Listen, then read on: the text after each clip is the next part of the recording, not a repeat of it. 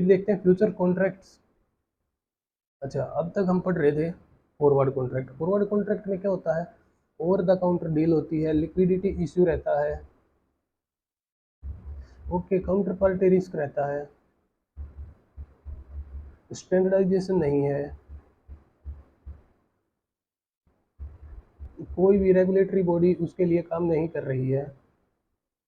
ये सभी कहती है लिमिटेशंस थी किस चीज़ की, फॉरवर्ड की। अब फॉरवर्ड्स की लिमिटेशन होगी तो इनको दूर भी तो किया जाएगा उसके बाद, जो कि फ्यूचर्स कॉन्ट्रैक्ट्स होते हैं उनके द्वारा। देखो इसमें लिखा created to overcome the limitation of forward, ये लिमिटेशन फॉरवर्ड कॉन्ट्रैक्ट में होती हैं। तो इनको ओवरकम करने के लिए, इनको हटाने के लिए फ्यूचर्स कॉन्ट्रैक्ट की शुरुआत की गई। अभी देखते हैं जो फ्यूचर्स कॉन्ट्रैक्ट का जो एग्रीमेंट होता है ना, ये स्टैंडर्डाइजेशन की तरफ लेके चलता है पूरी एक्सचेंज को, एक ऑर्गेनाइज एक्सचेंज के अंदर ये एग्रीमेंट होता है। अभी हम देखो इसकी डेफिनेशन समझते हैं। A future contract is an agreement made through an organised exchange to buy or sell a fixed amount of commodity, यहाँ पे फिक्स कर दिया गया, स्टैंडर्ड बना दिया गया, और ए फाइनेंशियल एसेट और on a future date at agreed price. देखो ये सेम है, एग्रीड प्राइस सही होता था पहले भी, फ्यूचर डेट ये भी सेम है, लेकिन क्या हुआ यहाँ पे फिक्स कर दिया गया। पहले आप इसको कस्टमाइज कर सकते थे, अब ये स्टैंडर्डाइज हो गया है, ये अभी लोट्स में मिलेगा। जैसे अभी हम मान के चले कि निफ्टी का लोट्स है, फिर निफ्टी का लोट्स है, ये 40 का है, ये 50 का है, तो इस टाइप से हमें लोट्स में मिलेंगे। आप ऐसे नहीं बोल सकते कि मुझे आप कि मुझे 53 शेयर्स दे दो निफ्टी 50 के, तो ऐसा नहीं हो सकता। 53 क्वांटिटी आपको नहीं मिलेगी, आपको मिलेगी 50 के ही मल्टीपल में। इसको आप मल्टीपल कर सकते हैं किसी भी नंबर से, तो वो क्वांटिटी आपको मिल जाएगी। तो इस टाइप से फ्यूचर कॉन्ट्रैक्ट पहले एक एग्रीमेंट होता है फिक्स प्राइस पे, ठीक है। उसके बाद क्या बोल रहे हैं, ये जो स्टैंडर्डाइज फॉरवर्ड कॉन्ट्रैक्ट होते हैं, तो ये भी वही कॉन्ट्रैक्ट कि हम एक फ्यूचर डेट डिसाइड करते हैं, उसके ऊपर डिलीवरी होती है, बट ये क्या है, ये ट्रेडेड होते हैं किसी भी एक्सचेंज में, और इनको स्टैंडर्डाइज कर दिया गया है। जैसे आप बोलोगे रिलायंस, तो रिलायंस का जो फ्यूचर है, इसकी कितनी क्वांटिटी रहेगी, इसकी क्वांटिटी जैसे मान के चलते 550 है, तो 550 के ही मल्टीपल में हम इसको खरीद सकते हैं। एन की जगह हम कोई भी वैल्यू रखें, जैसे हमने 50 लॉट लेने हैं तो उनमें इतने शेयर आ जाएंगे। अभी कोई ऐसे नहीं बोल सकता कि मुझे 551 इतने शेयर मुझे चाहिए, क्योंकि ये पॉसिबल ही नहीं है। इन्होंने स्टैंडर्डाइज कर दिया। अगर आपको लेना है तो आप इस या तो 550 लीजिए, या फिर 11, आप इससे आगे 1100 लीजिए। इस टाइप से लेंगे तो ही आप इसमें काम कर सकते हैं, कि इससे ज़्यादा।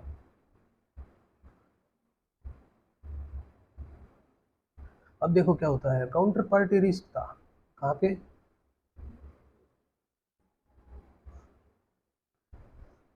जहाँ भी फॉरवर्ड ट्रेडिंग हो रही थी। अब क्या हुआ, एक्सचेंज ने सेटलमेंट की गारंटी दे दी। इन्होंने एक कॉरपोरेशन बनाया, क्लियरिंग हाउस जिसको बोलते हैं, ये क्लियरिंग हाउस है। यहाँ पे क्या होगा, किसी ने बाय किया वो भी यहीं से करेगा, किसी ने सेल किया वो भी यहीं से करेगा। ये दोनों मतलब एक ने बाय कर लिया, एक ने सेल कर लिया। इसने 2 लॉट निफ्टी के ले लिए, और इसने 3 लॉट निफ्टी के ले लिए, 3 लॉट निफ्टी सेल कर दिए।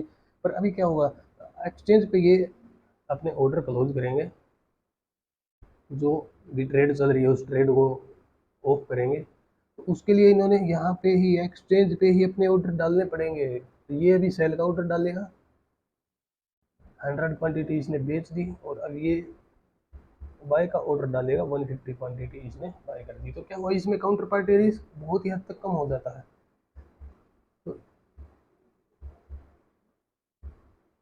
अब देखते हैं जो फ्यूचर्स कॉन्ट्रैक्ट आए उसके क्या क्या फीचर हैं। तो उसके लिए हम समझेंगे contract between two party through exchange. पहले वो आपस में ओवर द काउंटर कॉन्ट्रैक्ट बनाते थे, अभी दोनों पार्टीज एक्सचेंज के थ्रू ट्रेड करते हैं, सेंट्रलाइज ट्रेडिंग प्लेटफॉर्म्स, एक्सचेंज बना दिया गया। अभी तक कोई एक्सचेंज नहीं था फॉरवर्ड कॉन्ट्रैक्ट में, बस जैसे ही फ्यूचर कॉन्ट्रैक्ट में हम एंटर होते हैं, हमें एक प्लेटफॉर्म मिलता है ट्रेड करने के लिए, और उसी पे सेंट्रलाइज क्यों बोला गया, क्योंकि सभी उसी पे ही ट्रेड करते हैं एक्सचेंज पे। इस पे एफआईआई भी ट्रेड करेगा, रिटेल ट्रेडर भी इसी पे ट्रेड करेगा। तो इसमें क्या हुआ, लिक्विडिटी रहती है। ये क्या होता है, ये लिक्विडिटी के रिस्क को भी कम कर देता है। अब देखिए प्राइस डिस्कवरी। प्राइस डिस्कवरी क्या होता है, जब भी बायर्स और सेलर्स आपस में फ्री होकर एक दूसरे के साथ ट्रेड करते हैं तो उससे प्राइस डिस्कवरी होती है, वो बहुत ही जेन्युइन मानी जाती है। और आजकल यही यूज हो रहा है किसी प्राइस डिस्कवरी के लिए कि what is the interaction between buyers and sellers at a specific time. अब देखो margin payable by both parties. ये क्या होता है कि कोई काउंटर रिस्क को कम करने के लिए, काउंटर पार्टी रिस्क को कम करने के लिए जो एक्सचेंज होता है ना, वो मार्जिन कलेक्ट करता है। ठीक है, दोनों साइड से, बायर से भी सेलर से भी थोड़ा थोड़ा मार्जिन कलेक्ट करता है दोनों पार्टी से, ताकि कोई डिफॉल्ट की सिचुएशन आए तो वो उस मार्जिन को यूज कर सके। ओके, उसके बाद क्या होता है, जो भी क्वालिटी होती है किसी भी कॉन्ट्रैक्ट की स्टैंडर्डाइज होती है, उसके लोड्स में काम होते हैं। उसमें ऐसा नहीं कि आप कुछ भी जितना भी मर्जी चाहो उतनी क्वांटिटी आप ले सकते हो। क्वालिटी और क्वांटिटी दोनों ही डिसाइडेड होती हैं जिस दिन भी हम कॉन्ट्रैक्ट पे को एग्री कर रहे हैं उसी दिन। ओके, नेक्स्ट देखते हैं limitation of forward contract. Limitation क्या हो सकती है, इसमें क्या है, मैच्योरिटी, एक ही दिन की हमें एक्सपायरी मिलती है जैसे। अच्छा, एक्सपायरी क्या होती है, जो लास्ट वीक होता है ना, लास्ट वीक ऑफ मंथ, किसी भी फ्यूचर्स का इंडिया में एक्सपायरी होता है लास्ट वीक में, और इसमें डे रहता है Thursday. Okay, are you getting it. तो थर्सडे को एक्सपायरी होती है। तो इसमें क्या हुआ, हम कभी भी डिलीवरी या फिर मैच्योरिटी हर टाइम नहीं ले सकते। और ओटीसी में क्या होता है, दो पर्सन्स के बीच कॉन्ट्रैक्ट हुआ है और वो जब चाहे इसको मैच्योरिटी मैच्योर करा सकते हैं।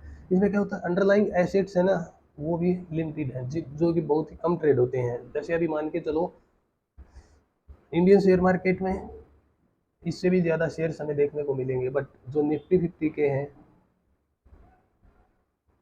प्लस में जो कुछ और शेयर्स होते हैं, जो अच्छे शेयर्स होते हैं, आप ये 50 तो ये लगा लो और 200 ये, ओनली 250 शेयर्स में ही आपको, इससे भी कम बोल सकते हैं हम, हमें हमको फ्यूचर्स कॉन्ट्रैक्ट की ट्रेडिंग होती दिखाई देगी इसमें। तो इस वजह से क्या हुआ, अंडरलाइंग एसेट भी हमारे पास लिमिटेड है, क्योंकि कुछ है ही नहीं लायक जिनको ट्रेड किया जा सके फ्यूचर। लिमिटेड फ्लेक्सिबिलिटी इन कॉन्ट्रैक्ट डिजाइन। अब जो कॉन्ट्रैक्ट डिजाइन हो गया उसको हम चेंज नहीं कर सकते। और ये देखा जाए लिमिटेशन कुछ तो ये हुई है सभी स्टैंडर्डाइजेशन की वजह से ये लिमिटेशन आ गई। पर कोई नहीं, ये फिर भी देखा जाए तो फॉरवर्ड कॉन्ट्रैक्ट से तो बहुत ही अच्छा है।